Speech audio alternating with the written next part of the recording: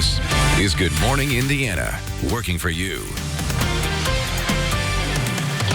Time right now is 4:27 here on your Tuesday morning. We want to thank you for starting your day with us here on RTV6. I'm Lauren Casey. And I'm Meredith Barrick. We begin with news that we've been following for quite some time now. This is a only on RTV6 story, a veteran who is sitting down with our Rafael Sanchez, who says instead of getting help from the VA, he was hurt by the organization. Yes, and Rafael's saying that there's a number of resources for veterans to try and sort these kind of things out, but this person actually had to turn to RTV6 for help. They says that the agency is garnishing his wages, and he's worried that he's going to end up homeless, and so he's reaching out to Rafael. So Rafael is looking into this for him, and we're going to have that story coming up for you at 6 o'clock. Again, that story is only here on RTV6. And especially important since there are so many veterans out there that this very same thing could happen to. Exactly. Another story we are following, this is about a family up in northern Indiana. They were on that cruise ship when the granddaughter fell from this open window when the grandfather was holding her up to this. And we're learning new from overnight that now that grandfather is being charged by Puerto Rico. Yeah, he is being charged with negligent homicide, kind of a turn in this case, and that family's attorney is speaking on GMA this morning about these charges, what this family is thinking now that they've already suffered this unimaginable loss, and now this grandfather could face jail time for what many people consider to be a pure accident. So we're going to have a little bit more on that and what that family is saying this morning. Also this morning, we want to take a look at your forecast. Yesterday was a pretty nice fall day, Alyssa, but we know things are going to be changing. Yeah, that's right. We're kind of the lull before that change today, where we're just seeing a lot of cloud coverage build in. So it's going to be a bit of a gloomy day. I know we saw some sunshine yesterday, but it's going to be a cloudy day across central Indiana. We have light winds, and those temperatures just a little bit below average into the upper 50s. So it's not going to feel too much cooler than we were yesterday, but what you'll notice today is those temperatures don't change too much. So as you walk out the door this morning, we are in the mid 50s, only going to climb a few degrees, and then we are going to see those temperatures drop off quite a bit as we head through the next few days here. We're also going to see quite a bit of rainfall tomorrow and into Thursday. A small chance of some snowflake flurries in there as well. No, not ideal for the Halloween trick-or-treating. All right, Alyssa, thank you. Well, speaking of Halloween, we're already thinking about Christmas. We are taking a look at some of the seasonal jobs that you can get your hands on as we head into the holiday season. And I head up to Carmel's Chris Kindlemart today to learn about what jobs are available there. We'll have that story, plus news, weather, and traffic to kick off your Tuesday morning. This is Good Morning Indiana, working for you. Now at 4:30 on Good Morning Indiana, a teen is found shot to death on the northeast side of Indianapolis. What police are telling us about the homicide investigation. And a South Bend grandfather is facing criminal charges after his tragic death of his granddaughter on a cruise ship. How the family's attorney is responding to that case. And a healthcare company is bringing hundreds of jobs to central Indiana. The plan approved for a new manufacturing plant. 4:30 on your Tuesday morning. Thanks for joining us. I'm Meredith Barrick. And I'm Lauren Casey. Alyssa Donovan is with us this morning taking a look at your forecast. And he said it's going to be not the brightest day today. That's right. So yesterday was kind of our nice day in the forecast. So we're starting to build in a lot of cloud coverage today. You'll notice as you step outside this morning, it doesn't feel too bad. We've had some chilly mornings.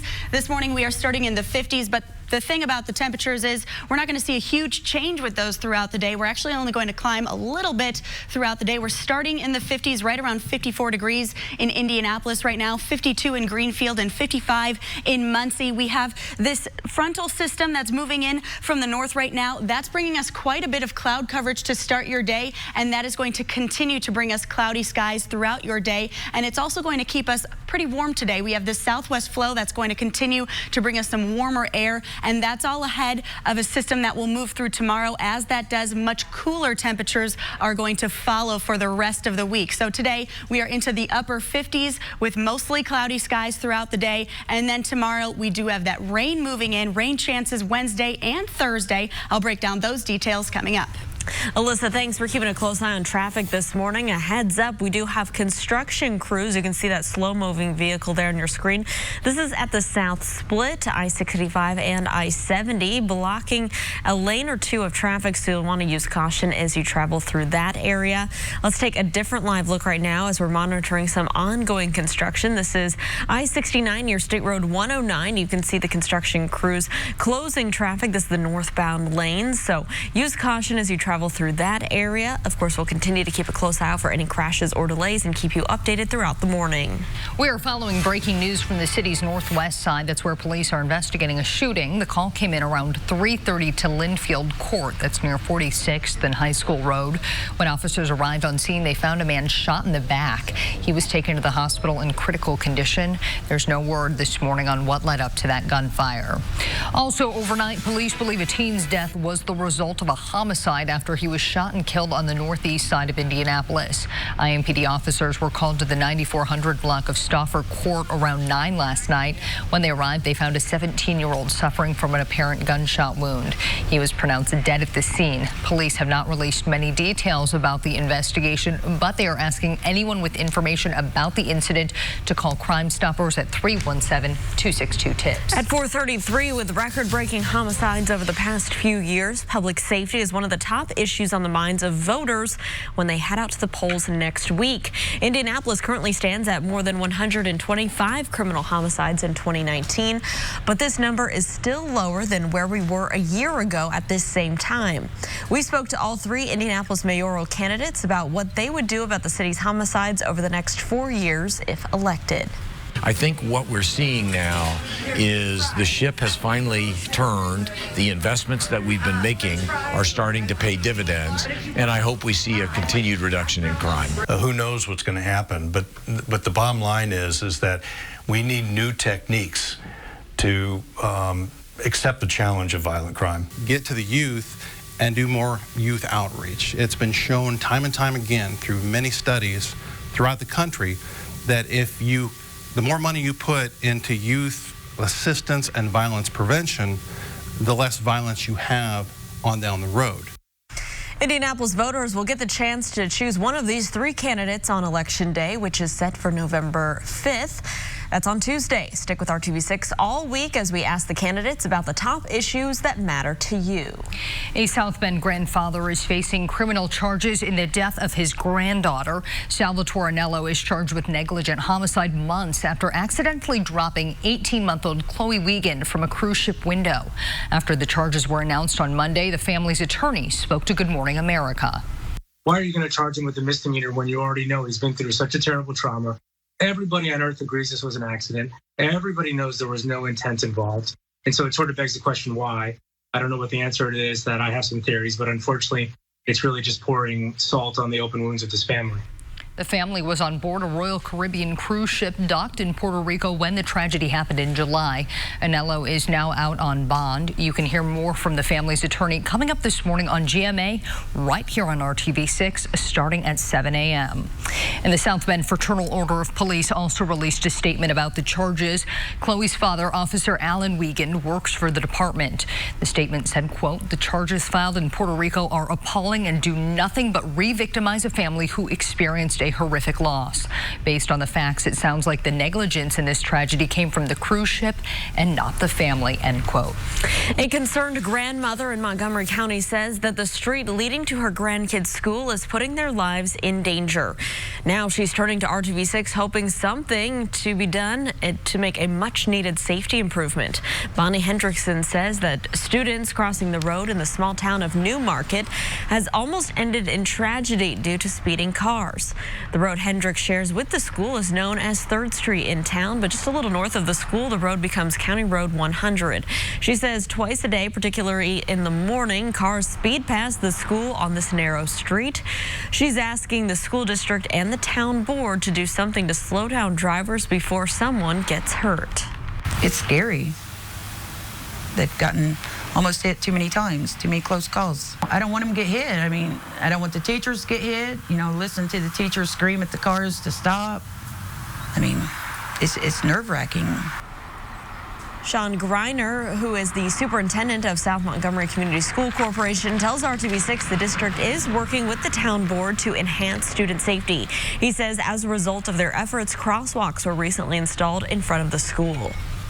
Homes under renovation here in Indianapolis are being targeted by thieves looking for big-ticket items. Robin Landon flips homes in the Broad Ripple area. She says someone has broken into several of her houses, stealing things like air conditioning units, a stove, furnace, and a water heater. The thefts are not only affecting her company's business, but potentially preventing new homeowners from moving in. We were in the middle of a contract on that one house, and then we have to spend a few weeks wondering whether or not they're going to buy the house, because they need to know that they're going to be safe where they're at. And you can tell them all day long that it's not going to happen if you live here, but that may not be the case. We don't know. Landon's company has now installed surveillance and alarm systems around the properties. At 4:37, a major manufacturing operation is coming to Westfield, and it's bringing more than 450 jobs with it.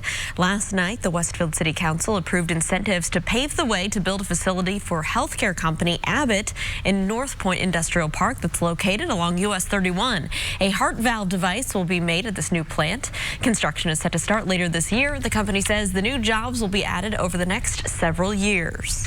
They may have a new name, but they have the same mission. The Indy Humane Animal Welfare Center on Holmes Avenue near Michigan Street is now known as the Indy Humane Downtown Clinic.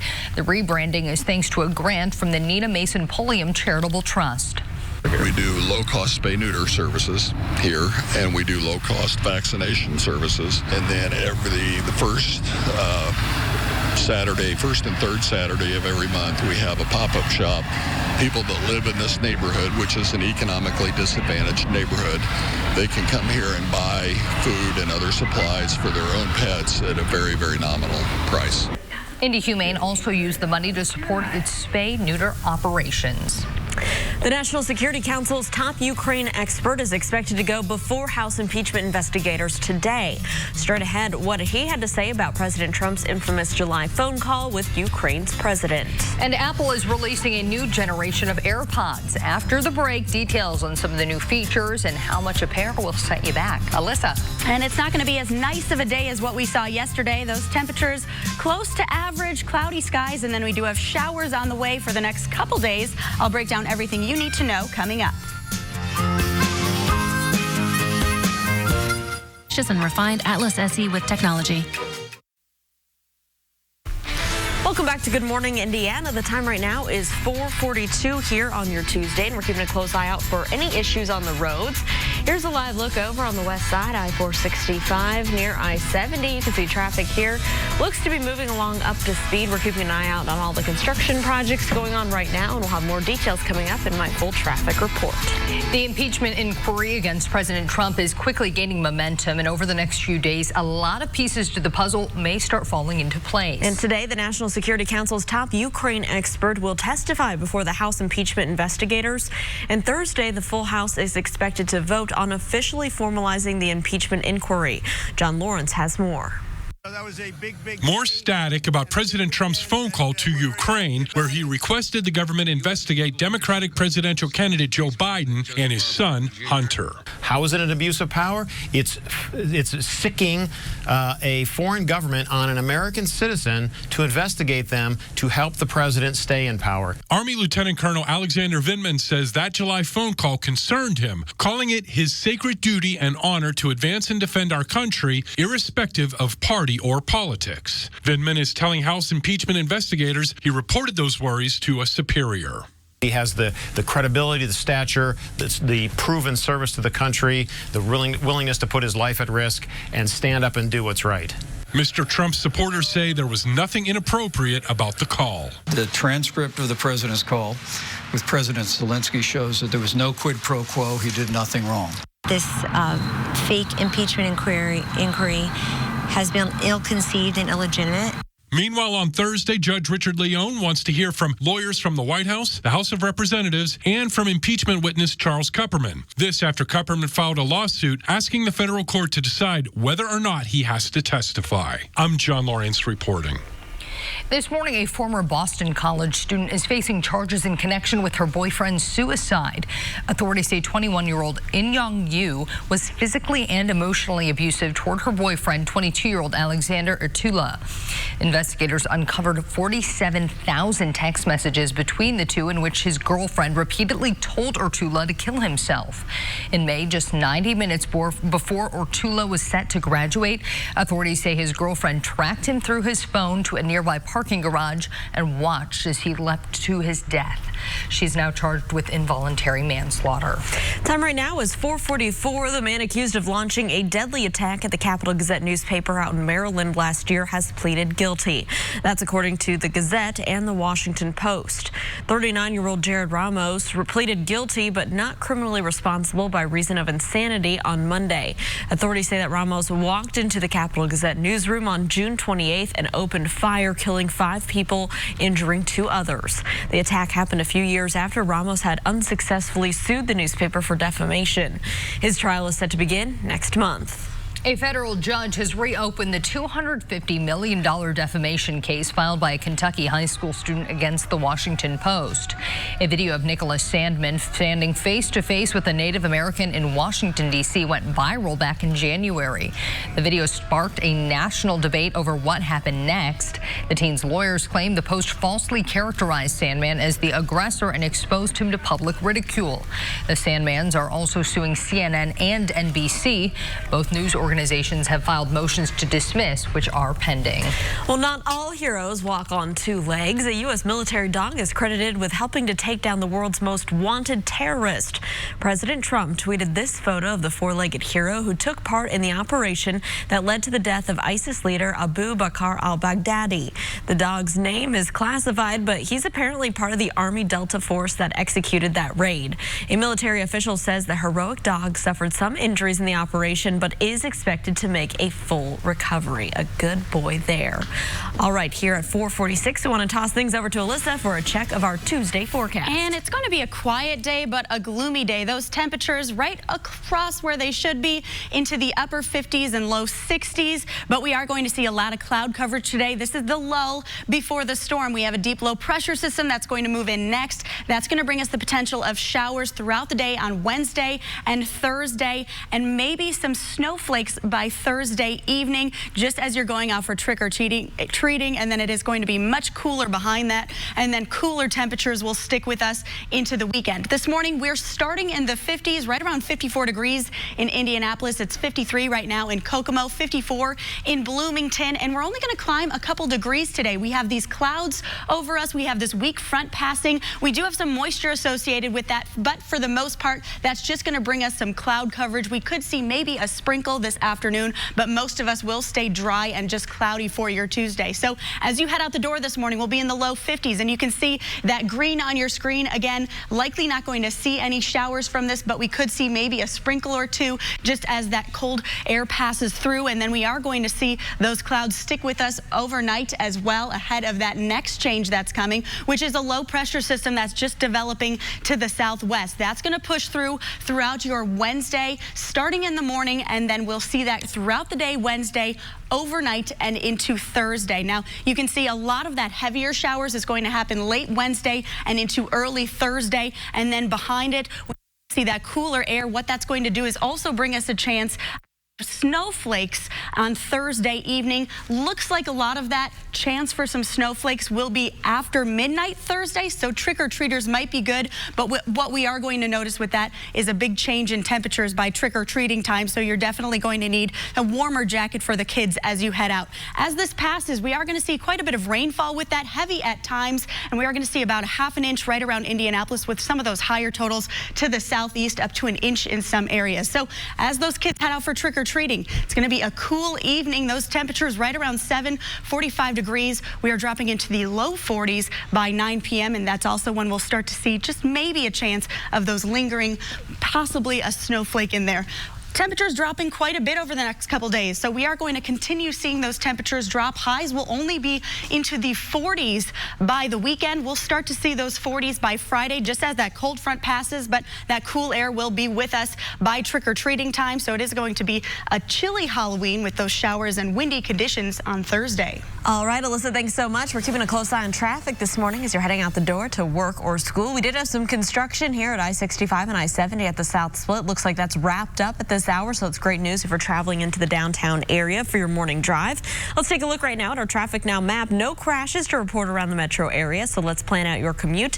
Heading in from the east side along westbound I-70 from Post Road to I-65 at the North Split, it's an 11-minute commute.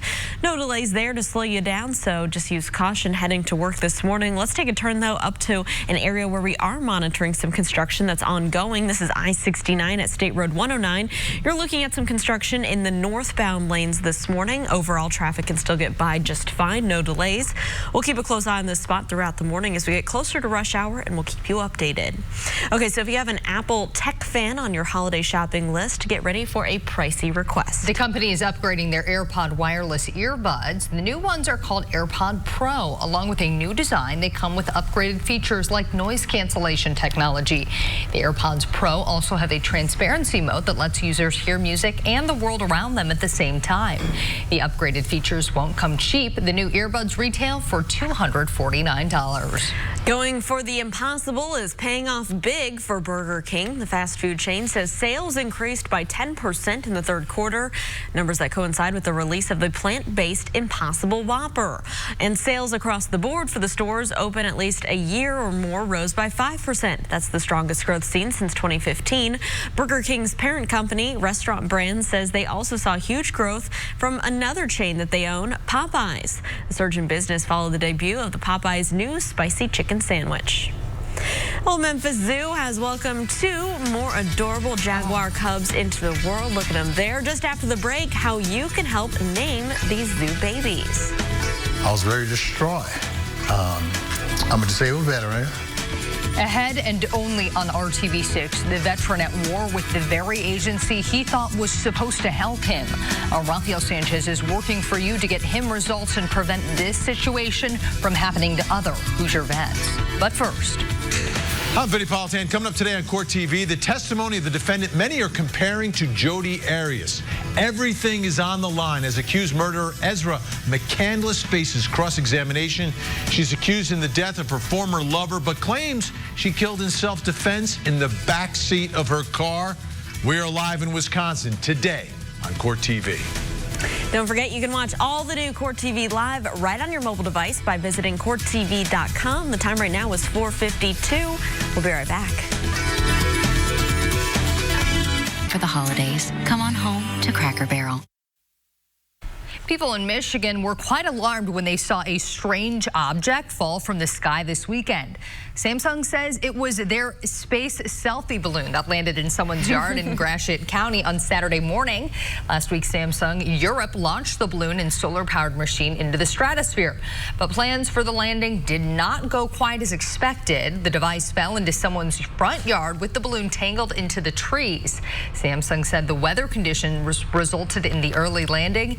No one was hurt. I'd be afraid it was something that a UFO dropped. Yes. I know. Well, 2 baby jaguars were born at the Memphis Zoo last month, but they still need names. The zoo wants you to help name the new baby girls. For $1 donation to the zoo, you can vote for your favorite combination online. There's Izzy and Gigi, Vita and Frida, or Lulu and Bella.